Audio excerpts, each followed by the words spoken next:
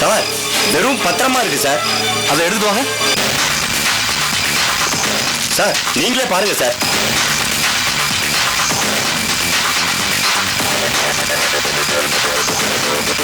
எல்லாமே டூப்ளிகேட்ஸ். என்ன சார் பணம் தான் கள்ள நோட்டு அடிப்பாங்க, பத்திரமும் அடிப்பாங்க. திருட்டு பேருக்கு எதை வேணுமாலும் செய்வாங்க. ஒன் செகண்ட், நான் கண்ட்ரோல் ரூம் பேசுறேன்.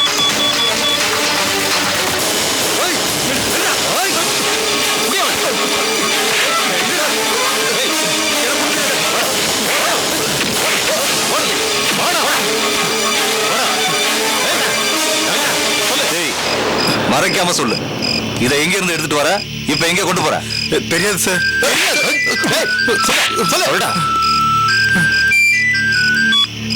Yes sir. அவனை போலீஸ் ஸ்டேஷன் கூட்டி போய் விசாரிங்க. டிராபிக்கு எந்த விதமான டிஸ்டர்பன்ஸ் இருக்க கூடாது. Okay sir. Constable. Yes sir. இவனை ஜீப்ல கூட்டு வாங்க. Okay sir. நீங்க வேணும் எடுத்துட்டு வாங்க. Okay sir.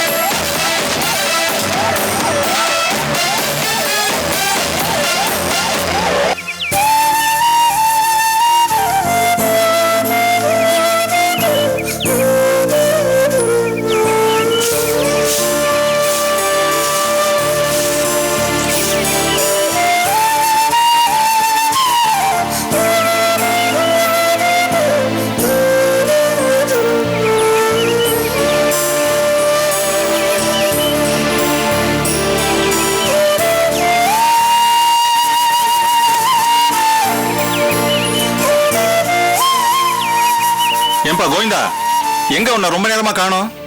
குளிக்கிற இடத்துல பார்த்தேன், துணி துவைக்கிற இடத்துல பார்த்தேன், எங்கேயுமே இல்லையே. ஏன்பா காலையில சாப்பிட கூட இல்ல.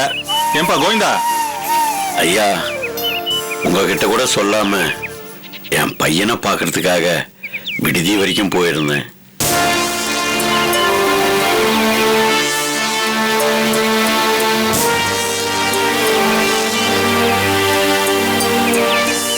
உன் மகனை பாத்தியா? பார்த்தேன். பாத்தியா? பார்த்தேன், ஆனா பேச முடியல. அவனும் என்ன பார்க்கல. கோவிந்தா, நான் சொல்றேன்னு கோச்சுக்காத. நீ ஏன் உன் மகனை அந்த இடத்துல இருந்து துரத்திட்டு போல் இருக்கப்பா? ஐயா, நான் உயிரோடு இருக்கிறப்பவே என் பிள்ளைய அனாதியா என்னால பார்க்க முடியல ஐயா. பெத்தவங்க செஞ்ச பாவம் பிள்ளைங்களை வந்து சேரும்பா. ஆமா ஐயா, பை நிறைய படம் இருந்து கூட என் பிள்ளை தட்டேந்தி நிக்கிறத என்னால பார்க்க முடியல ஐயா. பார் கோவிந்தா, இனிமே நீ வெளியில போனா அப்படியே போயிடு. இங்க வந்தீங்கன்னா உனக்கு சிக்கல், எனக்கும் சிக்கல். ஐயா, கோவப்படாதீங்க. கோவப்படாம என்னப்பா பண்றது? நீயே சிக்கல் உருவாக்கிட்டு நீயே மாட்டிப்ப போல் இருக்க. உன் புள்ளையே மாட்டி விடுவ போல் இருக்கு. அன்னைக்கே உன் பிள்ளைகிட்ட பேசாதேன்னு சொன்ன, நீ கேட்கல. நீ ஒழுங்கா இங்க இருக்கிறதா இருந்தா இரு, இல்ல போலீஸ்ல போய் சரண்டர் ஆயிடுப்பா. அப்புறம் அவங்களே உன் பையனை கூட்டிட்டு வந்து உனக்கு காமிப்பாங்க. இந்த பாரு, அமைதியா இருக்கிற இந்த இடத்த நீ போலீஸ் கிலீஸ்னு வர வச்சு அசிங்கப்படுத்துறாதப்பா. எனக்கு உடம்பு சரியில்லாத போது நீ எனக்கு உதவி செஞ்சேங்கிற காரணத்துக்காக உனக்கு நான் அடைக்கலம் கொடுத்தேன்பா. ஐயா, என்னை மன்னிச்சிருங்க ஐயா. என் புள்ள மேல உள்ள பாசத்துல நான் இந்த தப்பு பண்ணிட்டேன். இனிமேல் செய்ய மாட்டேன் ஐயா. சரி சரி, சாப்பிடவா.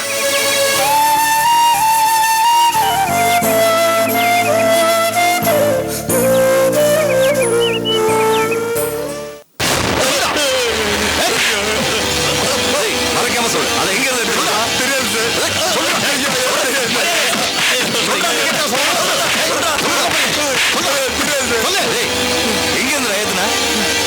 ஒழுங்கா சொல்ற. சொல்ல போறியா இல்லையா? சொல்லு. எனக்கு தெரியாது. உனக்கு தெரியாம எப்படி வேலை வரும்? வண்டியில உனக்கு தெரியாம எப்படி வரும்? சொல்ற. சொல்லு. இல்ல சொல்லுடா. மரியாதையா சொல்ல போறியா? மரியாதையா சொல்லிடு. சொல்ல மிஸ்டர் சித்திக், என்ன சொல்றான்? தெரியாதுன்னு சொல்றான் சார். உன் பேர் என்ன? பேர் வேலுச்சாமியா. எந்த ஊரு? இந்த ஊர் தான்யா. எங்க இருக்க? ஊரை பார்க்கையா. தனியா இருக்கியா? இல்லையா குடும்பத்தோட தான் இருக்கிறேன். சரி, இந்த தொழில் எத்தனை நாளா பாக்குற? கொஞ்ச நாள் ஐயா. இத பாரு, உண்மையை சொல்லிட்டேன்னா உன்னை மன்னிச்சு விட்டுருவாங்க, இல்ல உன்னுடைய ஃபேமிலியை ஸ்டேஷன் கொண்டு வந்து அடிச்சு நொறுக்கிடுவாங்க.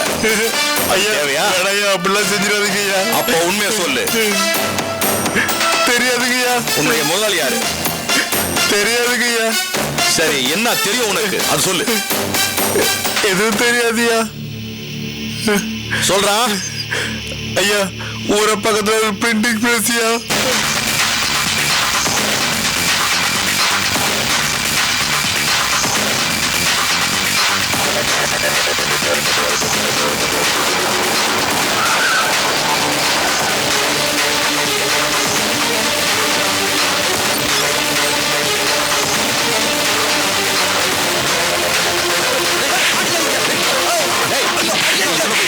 சொல்லு.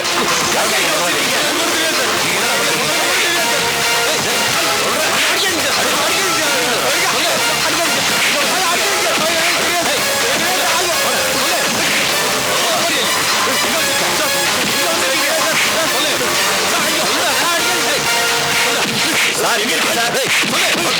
பத்திரம் இங்க இருக்கு சார். இருக்குதா?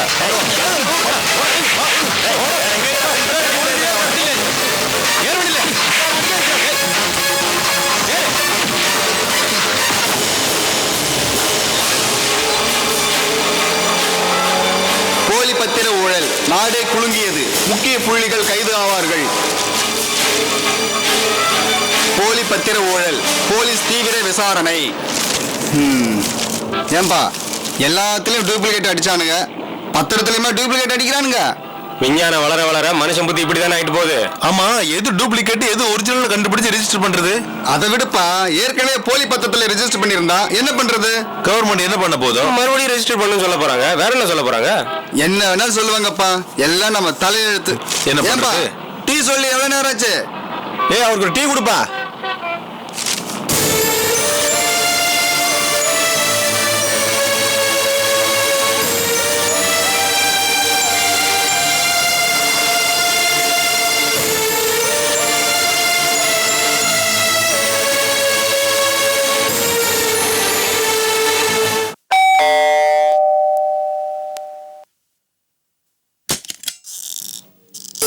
அடடே, வாங்க வாங்க பாலாஜி. எங்க வீடு கூட உங்களுக்கு ஞாபகம் இருக்கா? நல்ல கதையா இருக்க சாந்தி. என் வீட மறந்துட்டா கூட உங்க வீட மறக்கவே மாட்டேன். நீங்க நல்லா இருக்கணும்னு தான் தினந்தோறும் கடவுளை வேண்டிட்டு இருக்கேன். தேங்க்யூ பாலாஜி. முதல்ல உட்காருங்க.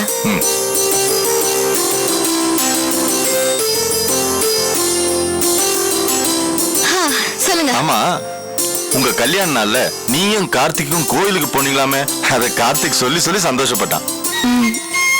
ஆமா, அவரே புடவை செலக்ட் பண்ணி எனக்கு கொடுத்து இத கட்டிக்கிட்டு வா கோயிலுக்கு போலான்னு சொன்னதும் எனக்கு சந்தோஷமா இருந்தது. அதுக்கு மேல எனக்கு ஒரு சந்தோஷம். என்ன? அபிராமி கிட்ட இருந்து அந்த வீடை மீட்டு எடுத்து உங்க அத்தையும் மாமாவும் காலடி வச்சதுக்கு அப்புறம் தான் கார்த்திகோட சேர்ந்து வாழ்வேன்னு சொன்னியாமே, அதுல எனக்கு பரிபூர்ண சந்தோஷம். சாந்தி, நீ செய்யற இந்த நல்ல காரியத்துக்கெல்லாம் உறுதுணையா இருந்து எந்த உதவி வேணாலும் செய்யறதுக்கு நான் தயாரா இருக்கேம்மா. ரொம்ப நன்றி பாலாஜி. எனக்கு அப்பப்ப ஏற்படுற சோதனைக்கு உங்களை மாதிரி அன்பு உள்ளங்கள் சொல்ற ஆறுதலான வார்த்தை தான் மனசுக்கு நிம்மதியை தந்துட்டு இருக்கு. சரி, இத சொல்லிட்டு போதான் நான் வந்தேன். அப்ப நான் கிளம்புறேன். இருங்க, ஏதாவது சாப்பிட்டுட்டு போலாமே. பரவாயில்ல சாந்தி, இன்னொரு நாளைக்கு வரேன். நான் இப்ப வரட்டுமா? சரி.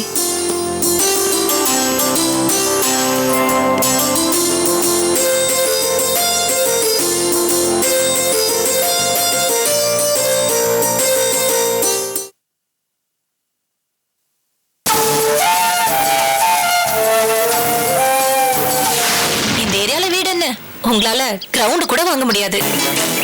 ரொம்ப வருஷம் வாழ்ந்த வீடு கைவிட்டு போனா வருத்தமா தான் இருக்கும்.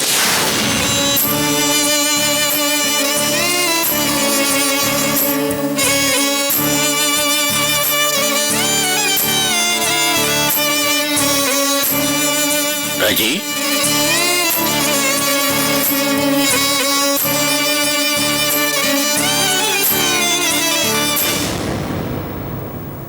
ஏம்மா இவ்வளவு லேட் ஆச்சு? ஏன் இன்னும் தூங்காம இருக்கிற? தூக்கம் வரலைங்க. ஏ இவ்வளவு வயசுக்கு அப்புறம் ஒன்னே உணர்ந்துட்டேங்க. அதே நினைச்சிட்டு இருந்தேன். அதான் தூக்கம் வரல. என்ன உணர்ந்த? யார் மேலேயும் அதிகமா பாசம் வைக்க கூடாது, எதையும் அதிகமா விரும்ப கூடாது. ஏமா? நம்ம பாசம் அதிகமா காட்டுறவங்களுக்கு ஏதாவது ஒண்ணு ஆனாலும், நம்ம ஆசைப்படுற எந்த பொருள் நம்ம கையை விட்டு போனாலும் வேதனை அதிகமா இருக்குங்க. அதுக்காக நம்ம ஆசா பாசத்தெல்லாம் அறவே விட்டுற முடியுமா? நம்ம என்ன சாமியாரா? சாதாரண மனுஷங்க தானே. தெரியுதுங்க. ஆனா நம்ம பார்த்து ஆசை ஆசையா கட்டின வீடு நம்ம கையை விட்டு போயிடுச்சே. பணம் காசு வேணும்னா இன்னைக்கு இல்லைன்னா நாளைக்கு சம்பாதிச்சுக்கலாம். ஆனா அந்த வீடு என்னமோ என் மூத்த பிள்ளைய தாரவாத்து கொடுத்த மாதிரி இருக்கு. எத்தனையோ ராத்திரி நான் அதை நினைச்சு தூங்கவே இல்லை. இதை நான் உங்ககிட்ட சொன்னா நீங்களும் வேதனைப்படுவீங்க சொல்லல. இப்ப எதுக்குமா திடீர்னு அந்த வீட்டை பத்தி? நானும் கார்த்திக்கும் சேர்ந்து அந்த வீட்டுலதான் வாழணும்னு சாந்தி சொன்னது உங்களுக்கு ஞாபகம் இருக்கோ இல்லையோ? சாந்தி ஆசைப்பட்ட மாதிரி எவ்வளவு கஷ்டப்பட்டாவது அபிராமி கிட்ட இருந்து அந்த வீட்டை மீட்டு சாந்தியும் கார்த்திக்கும் அதே வீட்டுல சேர்ந்து வாழறத பார்க்கணும்னு எனக்கு ஆசை இருக்குங்க. அந்த வீட்டுல இருக்கிற ஒவ்வொரு செங்கல்லையும் உங்க ரத்தம் இருக்கு, உங்க உழைப்பு இருக்கு, உங்க வேர்வையும் இருக்கு. நீங்க பார்த்து பார்த்து ஒவ்வொரு அங்குலமா ரசிச்சு கட்டினத நான் பார்த்திருக்கேன். நம்ம மறுபடியும் அந்த வீட்டுக்குள்ள போயிடுவோமா? எப்படியாவது அந்த வீட்டை மீட்கணும். நாம வைராக்கியமா இருந்து அவள் விரட்டிட்டு நாம வாழணும். நடக்குமா சொல்லுங்க? இது நடக்குமா? நடக்கும் ராஜி. ஆண்டவன் சித்தம் இருந்தா நிச்சயமா நடக்கும். நீ தூங்கு.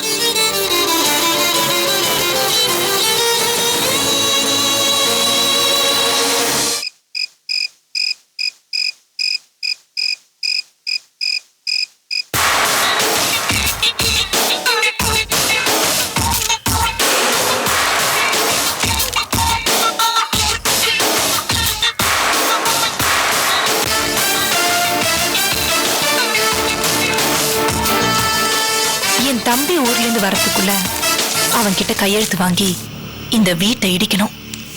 சாந்தியோட கனவையும் தரமட்டாக்கிடணும்.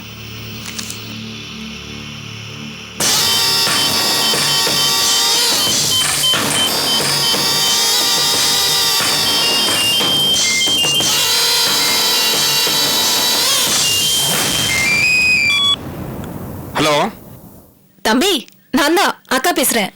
சொல்லுக்கா. நானே கூட பேசணும்னு இருந்தேன். எதுலயும் எப்பவுமே நான் தான் முந்தி இருப்பேன். அப்புறம் எப்படி இருக்க சொல்லு. நான் நல்லா இருக்கேன். நீ எப்படி இருக்கக்கா? நான் நல்லா இருக்கேன். ஷாம், நீ எப்ப வருவே நான் எதிர்பார்த்துட்டு இருக்கேன்.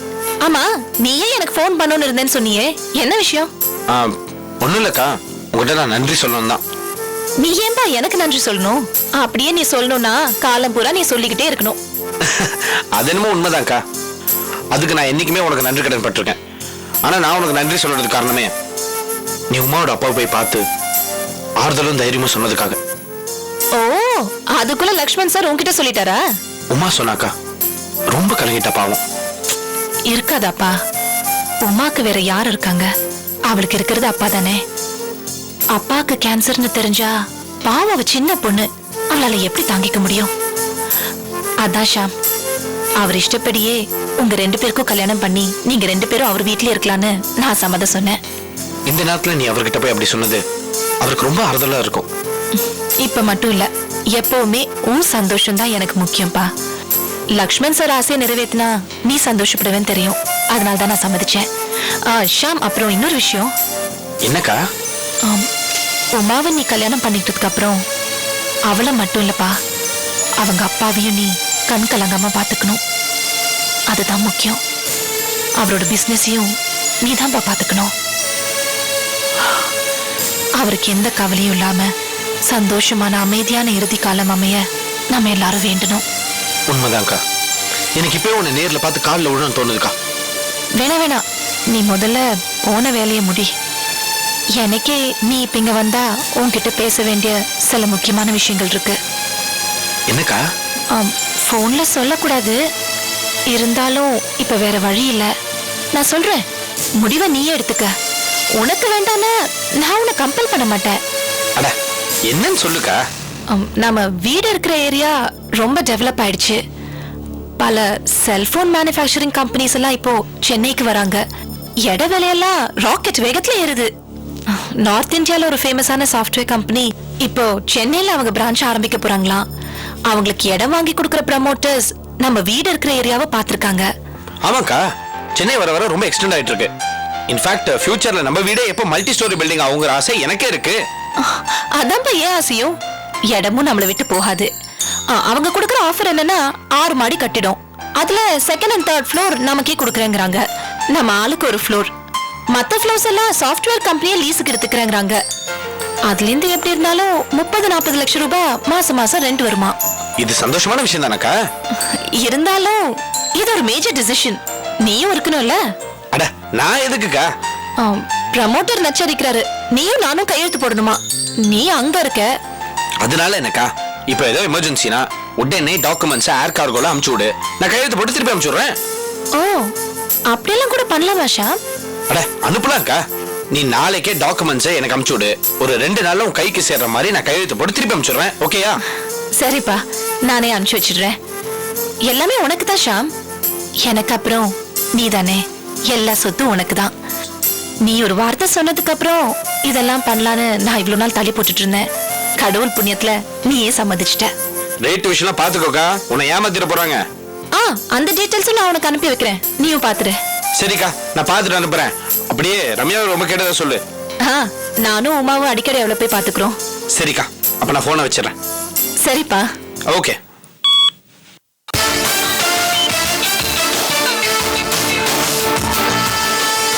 அபிராமி, நீ அதிர்ஷ்டசாலிதான்.